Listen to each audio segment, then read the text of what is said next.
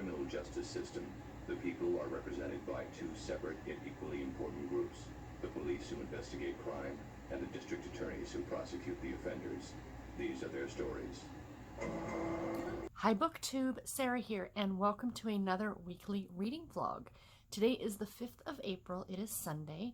It is much later in the evening. I'm actually getting ready to go to bed in the next hour or so, and I knew I wanted to sit down here and start off this vlog for you guys. So I've been looking at some of the comments from my last vlog that went up earlier today, and a lot of you really seemed to like what I did last week, where I just sat down and talked about the books when I finished them. So I'm going to do that again this week, and we'll see how it goes.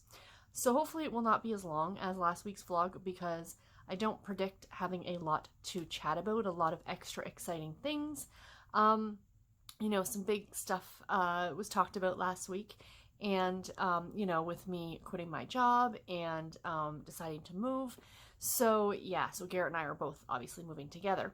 So yeah, I'm looking forward to it. We have a lot to do in that aspect. I just keep looking around the apartment going, oh my gosh, we've got to pack. That's the one thing I wish, if I had the money, I would hire someone to do it for me, you know, because I hate it. I hate packing. Luckily, Garrett, anytime we've moved, Garrett tends to do most of it because he's awesome.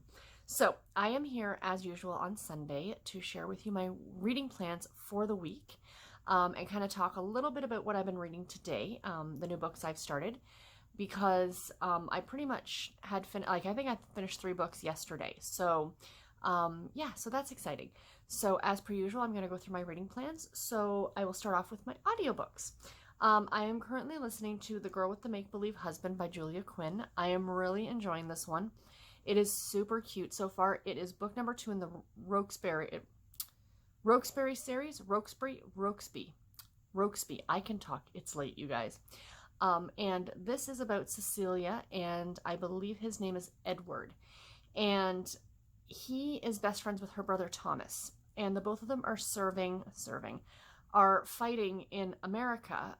It sounds like, I'm sorry, I did take a course in American history, but it's late and it's been a number of years. The War of Independence, you know, against the Redcoats. So, you know, the British and the American armies fighting for control, I guess, is it over the U.S.? Am I getting that right? So anyway, the two friends, the two guys went over and were fighting in this battle, or in these battles, I should say. And her brother went missing and they cannot locate him. So she decided to come over to America. So she came over by boat. And when she got there, she was trying to get more information, but nobody would help her.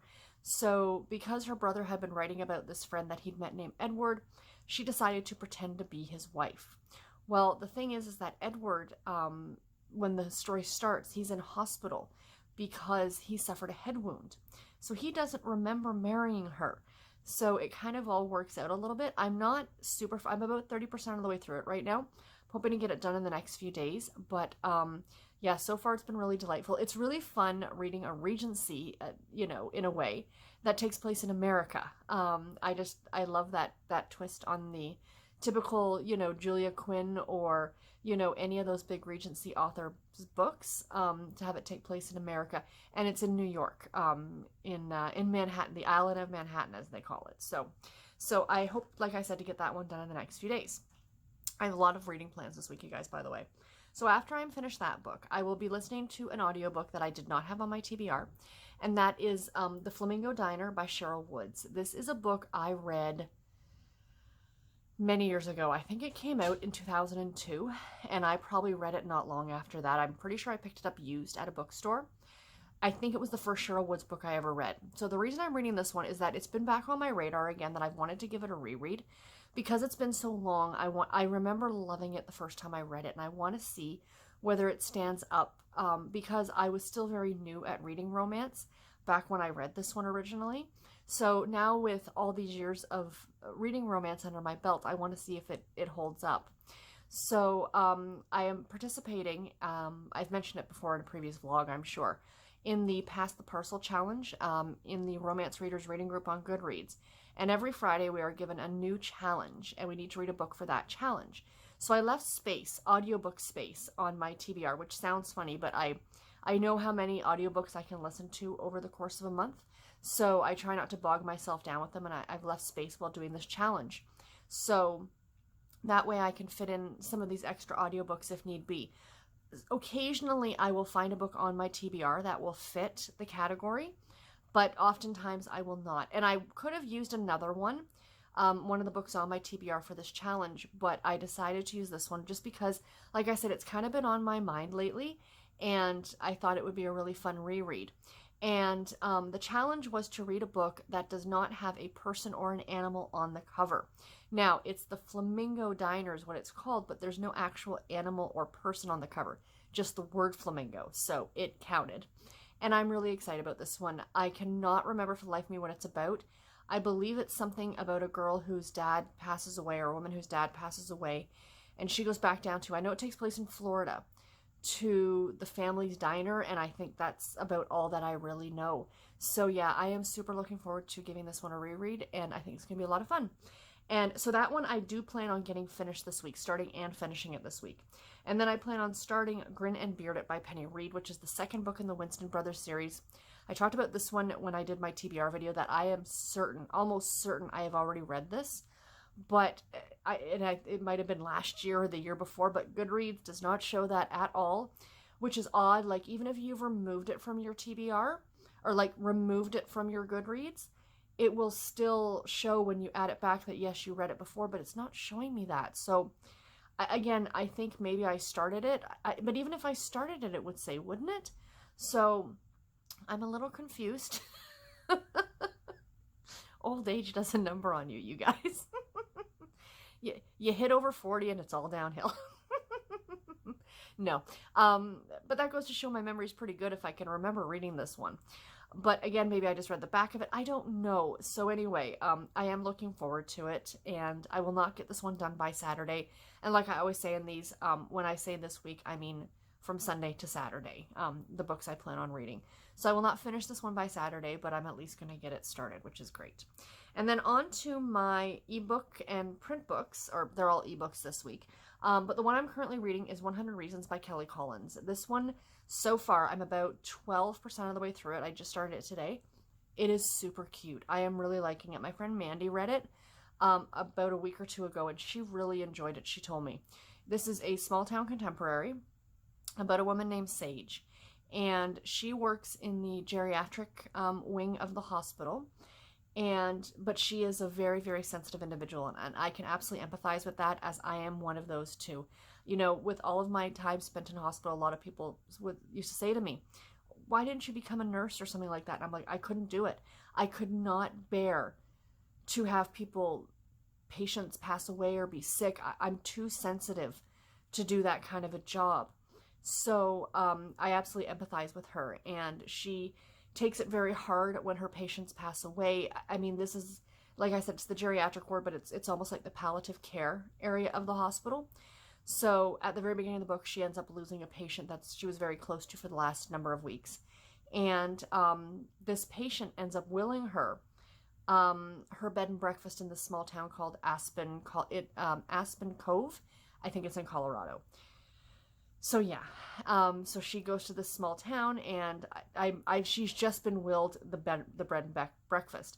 And now we've also gotten the secondary point of view from the guy. I think his name is Connor. Sorry, like I said, I just started it. And he runs the local saloon in town, and so obviously they haven't even met yet, but they're going to meet, and I'm sure it's going to be the romance between the two of them. Mandy told me this had a few adult scenes, but they were all behind closed doors, which is what I prefer when it comes to the adult scenes in books.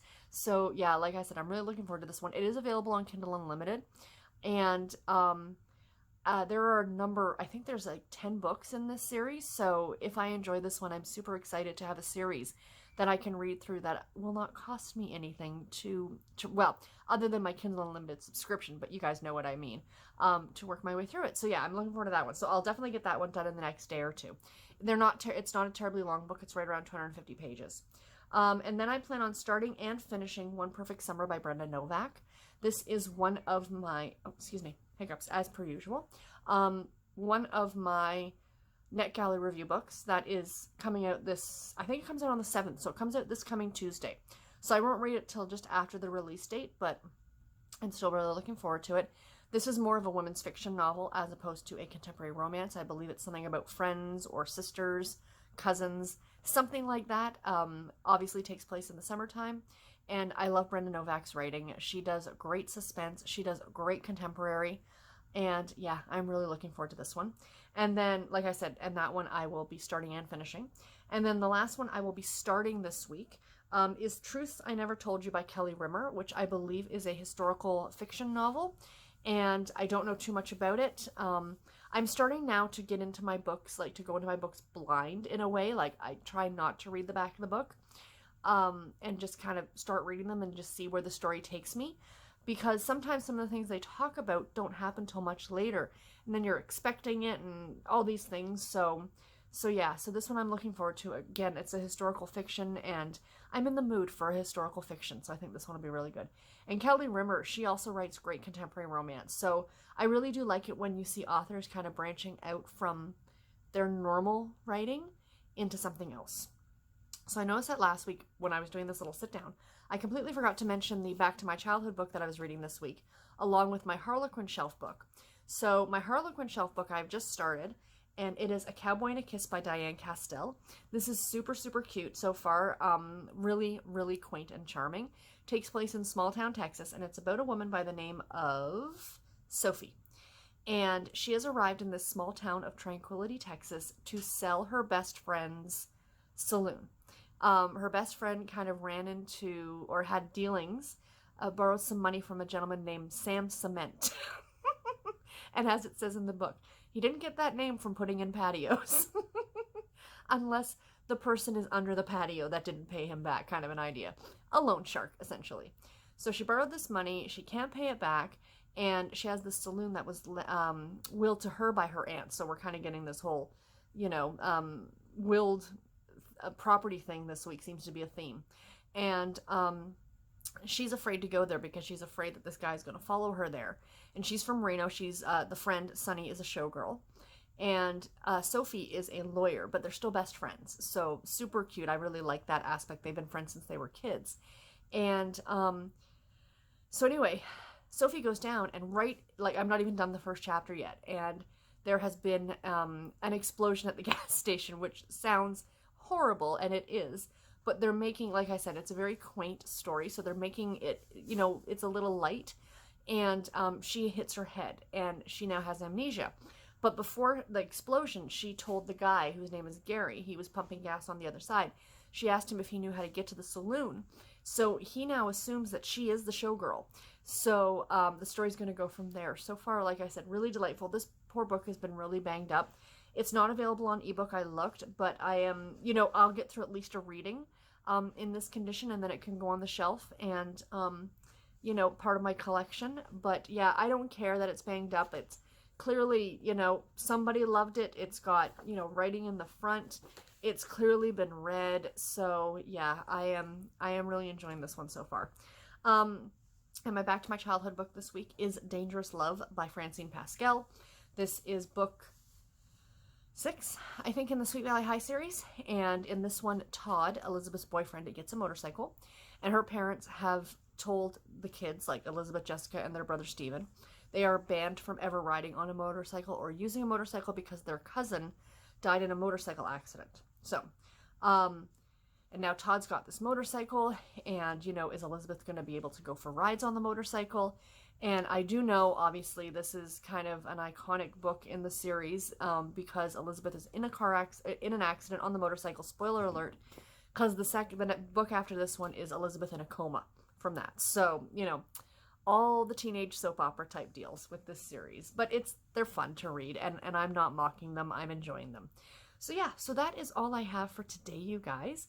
I will not check in again until I finish a book, so it might be tomorrow or the next day, maybe Tuesday. And yeah, but I have a lot of books to finish this week. So now the other thing I was going to mention very quickly is the more I've been thinking about it since I mentioned it yesterday in the vlog, in my last vlog, about instead of including my knitting at the end of this, I'm going to include it, and I'm going to do a Friday knit night video. I'm going to start those on Fridays. Once I get back to work, that might change. I might not have the time, or it might become every other Friday or something like that. I don't know. We're going to play it by ear. Right now, I'm off for at least the next 3 or 4 weeks, I'm sure. Probably until at least the end of the month before things, I'm hoping sooner rather than later, things start getting back to normal with the COVID-19. If people would just listen and stay inside, we could get rid of this. And every time I hear it on the news, all I think about is my mom. Because when I was a kid and I was in hospital, you know, as a typical kid, you'd cry and you'd scream and, you know, they're trying to give you a shot and you're trying to get away and it's, oh, I don't want to do this. And my mother would always lean over to me because she hated being in the hospital as much as I did. And the faster we could get stuff done, the better. And she would lean over me and she would say, you know, not trying to be mean, but just trying to be a forceful, you know, like, listen to me kind of an idea. And say, listen, the more you keep carrying on, the longer this is going to take. And every time I hear about people saying it on the news about people going out and staying in, you know, whether you that you need to stay in and only go out for essentials, I keep thinking that, you know, I can hear my mother's voice going, if you would just listen to them, this would all be over a lot sooner. Believe me, the weather is beautiful out there and I want to go out too. And nobody's saying you can't go outside. You know, if you live in a condo, yes, go outside and take a walk. Just stay away from people. They were showing clips online this morning. My husband was telling me down at Cherry Beach in Toronto that there's like a mass of people. I'm like, what are you doing? You're not supposed to congregate in groups. That's the point, you know? They've closed casinos and churches and, you know, a lot of, they're now considering more things to be non-essential. Like, they originally, like, hardware stores and stuff were still open here, but now they're closing all those too. You know, I just, it needs to stop. And yes, I do go out. I go out every morning to Tim Hortons. I go get in my car and I drive over and I go through the drive-thru. And as soon as I get home, I change and I wash my hands and all those things. And then I do not go out again. And that's my out. That's my fresh air out. So, you know, if I really want to get some fresh air, I can step out on my patio. So yeah, I mean, we just need to be smart about it. Sorry for doing the little rant. But as I was saying, I'm going to start doing those Friday knit videos. So when I do talk about books that I have finished reading for the week, I'm not going to open the yarn here on this video. I'm going to save it for that video, but you guys will have already seen that one because it's going to come out on Friday. So, and this will not go up, of course, until probably Sunday morning. So yeah, but anyway, that's it. I'm rambling now. I'll let you guys go and I'll talk to you in my next clip. Bye guys. Hi guys, happy Tuesday. It is the 7th of April and it is early in the evening. The sun is still out, but it's a little cloudy right now.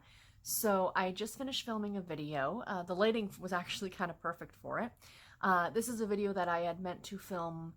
First I meant to film it on the weekend, then I got lazy, then I meant to film it yesterday, and then I got lazier. And then I was kind of thinking, oh, I can do it on Wednesday. I'm like, wait, what day is Wednesday? I'm all messed up on days. So yeah, it should have gone up this morning, but it'll go up later tonight. But that's okay. You guys obviously will have already seen it up on my channel. It is my my March wrap up. So I am here right now, though. I do not have a lot to share with you. Nothing spectacular has been happening. Very, very lazy around this place. Getting a lot of reading and knitting and stuff done. A lot of Law and Order I'm watching. I'm trying to get little clips here and there throughout the days to kind of put in between some of these longer clips for you guys to see the day-to-day stuff. But yeah, not too much, not terribly exciting. So today I finished reading The Girl with the Make-Believe Husband by Julia Quinn. This is the second book in the, oh gosh, they said it about 100 times in the book. Roxby series, in the second book in the Roxby series, which is a prequel series to the Bridgerton series by, of course, Julia Quinn. And this was narrated on audio by Rosalind Landor, and it was wonderful. I love this book so much. I believe I ended up giving it a 4.5-star rating. I thought it was super duper cute. So it is about a woman by the name of, and now it's going to completely escape me, Cecilia, whose brother, Thomas, has traveled to America. This is during the time of the War of Independence, I believe, between the British and the Americans, to essentially for the U.S. to become independent, right? So anyway, 1776, is that when that happened? So it was just slightly before that. So her brother Thomas has traveled with his best friend Edward, Roxby. That's it, Rokesby. Sorry, I don't know why I blank on how to pronounce that. It's Rokesby. And him and Edward have traveled to America to fight in the British Army. And her brother goes missing. And she, after her father's death, she's got kind of no one else in England. Her mother passed away years earlier. Her brother's in America. So she kind of decides to, whatever little money she has, she boards a ship and she heads to New York. Excuse me. So she ends up in New York. And when she arrives here, arrives in America, she's here to look for her missing brother. And decides to actually hunt out his best friend, Edward, to see if he knows where Thomas is. Well, when she finds Edward, turns out that he's been pretty gravely injured in an accident, or during the fighting, I guess. And he finally wakes up from this injury, and he has amnesia. He has no record of remembering much of anything prior to, he remembers nothing from the last 3 months. So she lies and says that she's actually his wife, just so she can get in to see him.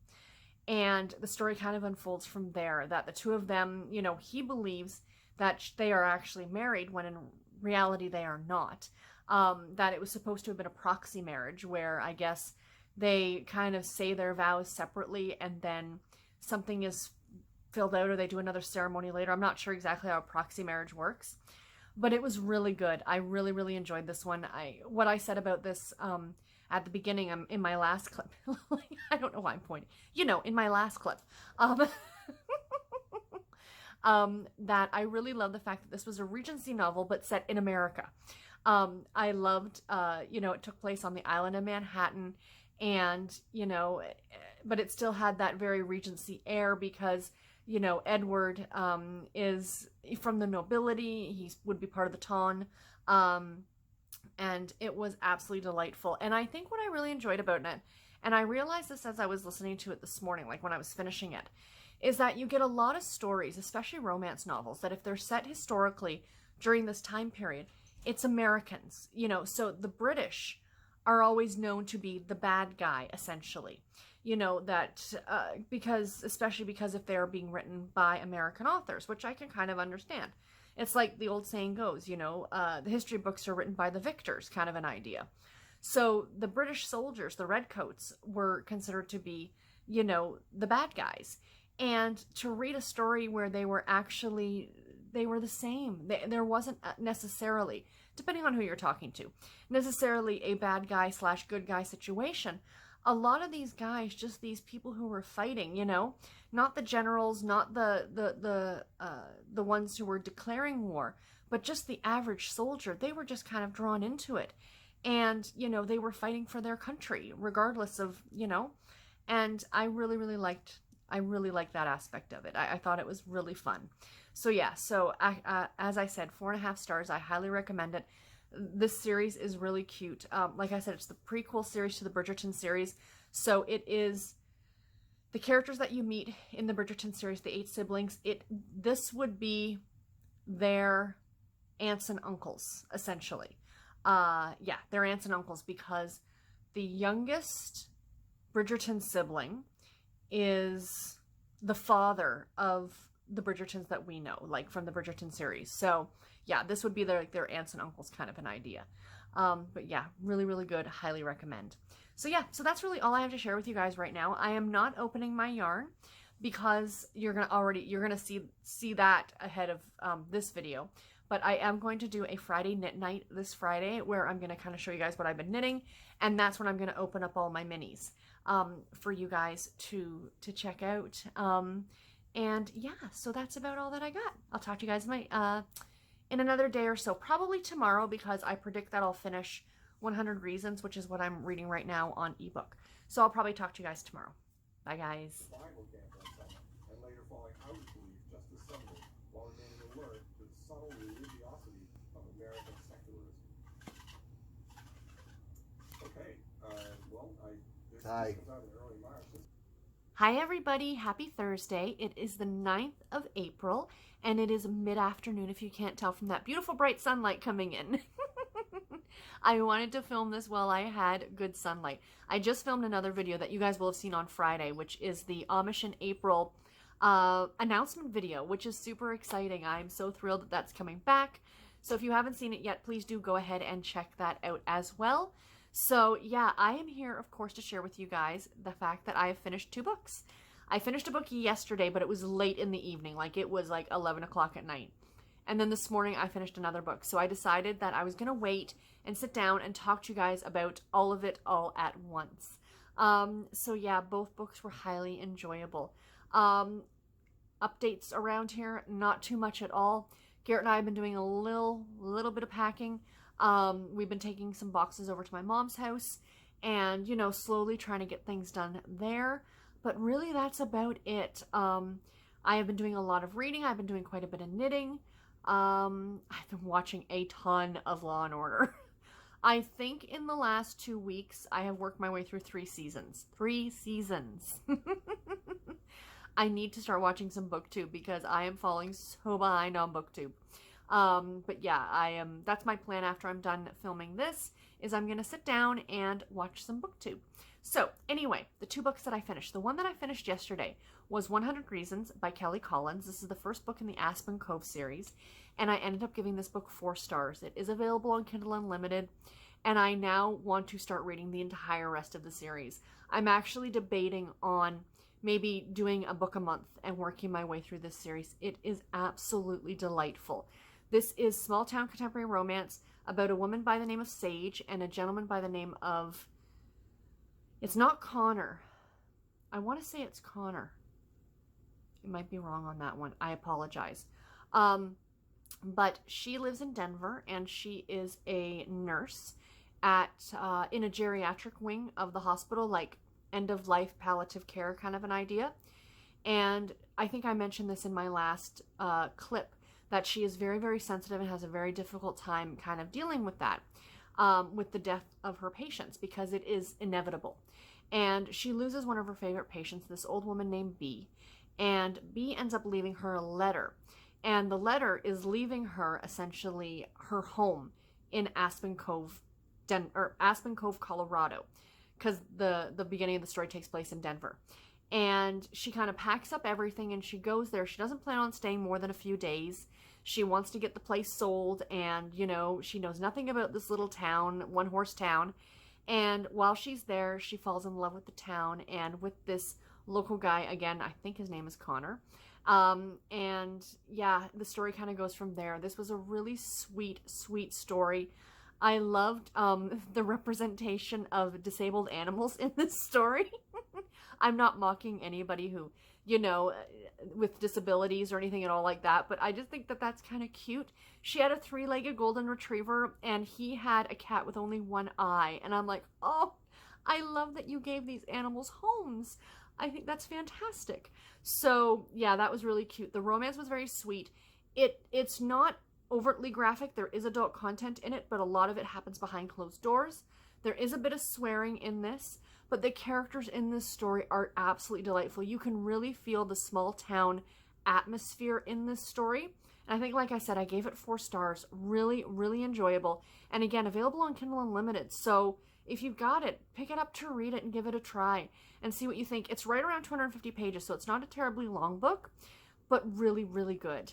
The other one that I just finished this morning was Flamingo Diner by Cheryl Woods. This was I'll say it's a reread, but it's probably been well over a decade since I read this book the first time. This was one of the first contemporary romance novels that I ever read.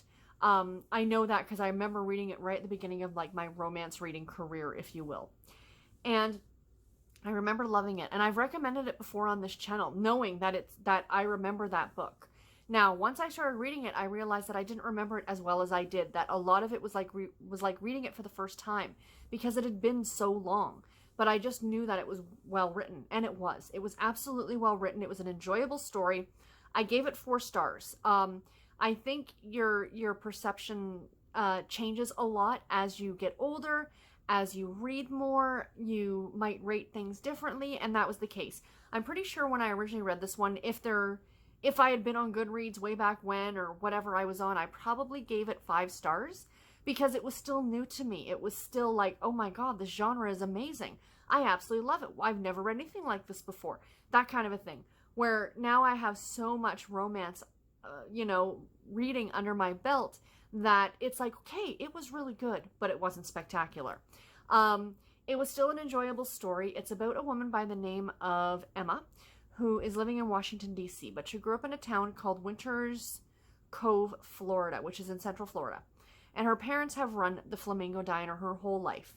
Her mother is Cuban, her father is white, and so they've run this great diner, but Emma never had any interest in running the diner. She has 2 younger brothers. Her next youngest brother is in college, and her youngest brother is in high school still. So as the book opens up, this isn't a spoiler, because it's like right within the first chapter, is her father dies. I'm not going to say anything about how or why, because that is a bulk of the story, but her father dies. So she comes back to help deal with the fallout, essentially. Helping to run the diner, helping to look after her mother, who has gone to absolute pieces and can't even get out of bed. Her youngest brother is, feeling the burden of, trying to man up, if you will, because the middle sibling, the other brother, has kind of gone off the rails. He's dealing with drugs and things like that, and has kind of dropped out of school. So, plus there's kind of this mystery, if you will, revolving around the father's death. And with all that, we also have Matt, who is the love interest in this story. He has been in love with Emma since they were kids. And, she moved away. He was kind of the town bad boy. He didn't come from the greatest home life growing up and ended up going off to Orlando and then joined the police academy there and then got a job offer to come back as the sheriff, for Winters Cove. And, of course, him and Emma meet back up and it's their romance. I would definitely now, with as much, as I said that I've read in the romance genre, I would almost categorize this one more of a women's fiction than I would a contemporary romance. Because while the romance is a big aspect of the book, it is not, there is so many extra plot lines going on with other characters. The mother dealing with her grief, the son dealing with his drug habit, the youngest brother dealing with this burden of responsibility. And we're dealing a lot with these characters. There's a lot of, excuse me, sorry. It's dry in here. There's a lot of different points of view from all these different characters. And I think that's what kind of moves it more towards a women's fiction novel. This does have a tiny, tiny bit of adult content in it. All happens behind closed doors. But yeah, it was really good. This is an older book. It came out in 2002. And I found some of the scenes quite quaint. Like Matt carries a pager and he gets paged by somebody and he has to look for a payphone.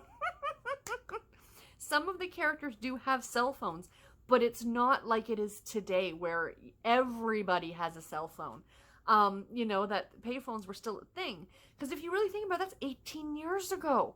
There are kids, who are graduating from high school or going into college who weren't even born when this book came out. My gosh, that's a shocker.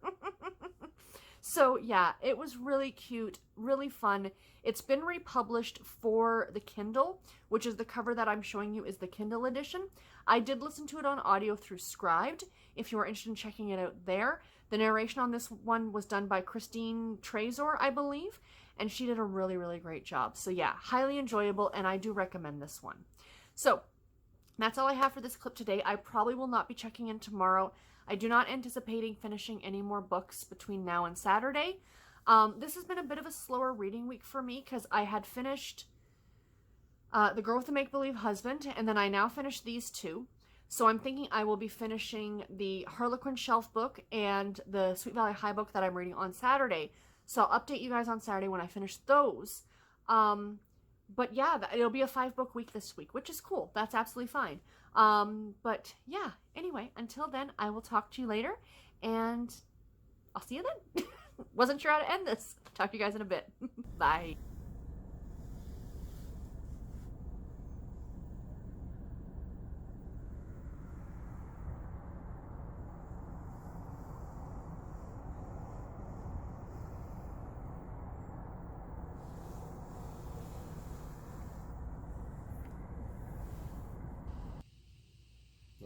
so good you're getting filmed.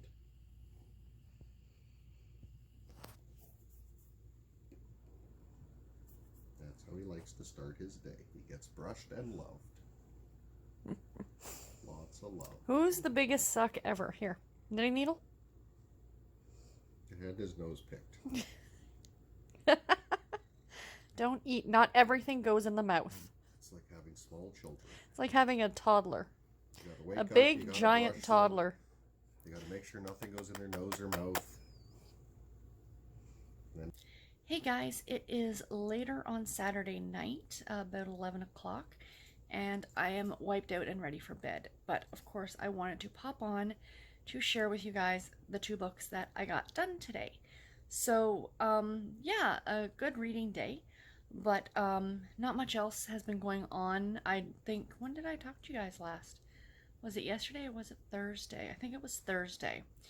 Yeah, it's been quiet. Garrett's been packing like crazy because he is a far better person than I am. I have not done anything. I've been helping him a little bit. We cleaned out the back closet.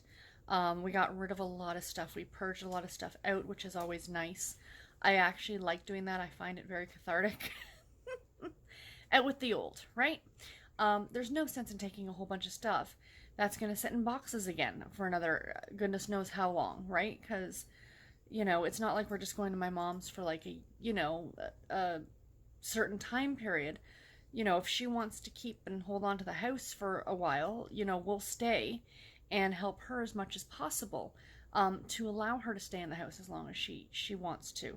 She's not, you know, sick or anything at all like that. I mean, she can get around, she drives, she's, you know, but she's 68. So, you know, sometimes it's nice to have another person there, a helping hand. You know, having him and I there will be really great for in the long run, for her and for us and for all that good stuff. So yeah, we've been doing some of that. We ran some more boxes over to her place today. We're trying to get as much over there without having to hire, well, we're going to have to hire movers, unfortunately, because we're going to need bodies to actually physically move the couch and the TV and stuff like that. So I'm actually going to do that on Monday. I'm going to contact a couple places and get some quotes. They are still actually working. Whether they were actually considered to be an essential service or what have you, but so that's good. And what else? I think that's about it. We went to the grocery store tonight, pick up a few things, so we're good. They're calling for some really heavy rain and wind over the next 48 hours here. So yeah, it'll definitely be a time. I mean, we're not going out anyway, but an extra reason not to have to go to the grocery store or anything at all like that. So that'll be good. Just kind of sit in and, you know, a good excuse to relax. But anyway, reading update for today. So like I said, I finished 2 books. My usual Saturday finishes. I finished, first of all, the Sweet Valley High book that I was reading,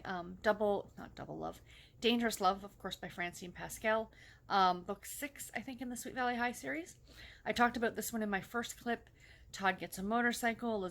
Elizabeth's parents ban her from riding on the motorcycle because their cousin died in a motorcycle accident. And then, of course, spoiler alert, Elizabeth does ride on the motorcycle. And, of course, the first time that she does. And there is no helmet, which, I mean, that's just pure stupidity right there. There's an accident and the book ends with her in a coma. So, yeah, I'll move on, of course, to book 7. And, you know, I mean, like everything else in Sweet Valley, it was way over the top. Like, I get the parents' fear of them going on a motorcycle, especially when you've had a relative die that way. I totally understand it. But you could get just as injured riding around in a car, you know, or anything at all like that. And that seems to be perfectly okay. So, I don't know. Maybe the fear is misplaced. I'm not exactly sure. So, yeah, I mean, it was fine. I think I gave it 3.5 stars. It was a quick and enjoyable read. Yes, it took me a week to read, but I read a few chapters every day, as I always like to say. And, yeah, I mean, it was good. The other book that I finished, sorry, let me just reach up here and grab it, was A Cowboy and a Kiss by Diane Castell. And this is a Harlequin American romance novel. I think this was from 2004. This one was cute. I think I ended up giving this one I don't think I've done all my updated ratings on this one yet, but I believe I ended up giving it, I think I'm going to give it like a 3.5 star as well. Because, I mean, it wasn't a 4 star or anything like that. It was cute. And again, I talked about this one in my first opening clip of the vlog too, that it is about a woman who ends up getting amnesia, and she thinks she's her best friend, who's actually a showgirl in Reno, and she, in her non-amnesia life, is a lawyer. And when she comes to after this accident that causes her to lose her memory, she thinks she's the friend. And she's there to sell the local saloon, and she meets all the townspeople. But as I think I also said in my first clip, that the friend actually owes a lot of money to some very not so upstanding loan shark. And he has now come to this small town of Tranquility, Texas, and he thinks that Sophie is Sunny, because she's claiming that she's Sunny because of the amnesia. And so he's kind of after her, so there's that little bit. And then, of course, there's the relationship between her and a local cowboy named Gray. So, yeah, it was enjoyable. It was kind of fun.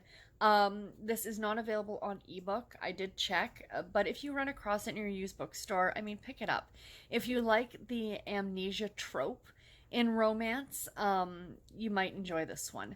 So yeah, it was cute. It was enjoyable, and I'm glad that I read it. So yeah, that's pretty much it, you guys. Very quiet on the vlog this week, I think. I don't think it's going to be terribly long. I already edited all the clips up until this point, and I can't remember how long it is, but it's got to be under a half an hour. And of course, I'm not putting the knitting stuff on here because it was on there on Friday, and you guys really seemed to like that video. So thank you very much for that. That was very, very sweet. And I'll continue doing that as long as you guys are interested in watching it. So yeah, and I've got some other extra clips, of course, in there of the cats and other random things. And I'll try and do the same thing next week and get some, added extra stuff in the vlog as much as I can. Quick little clips of things other than me just sitting here talking about what I'm reading. But yeah, so that's about all that I got, you guys. I hope you've all had a good week and that you're all staying safe. And I will talk to you all in my next video. Take care and happy reading, everybody. Bye.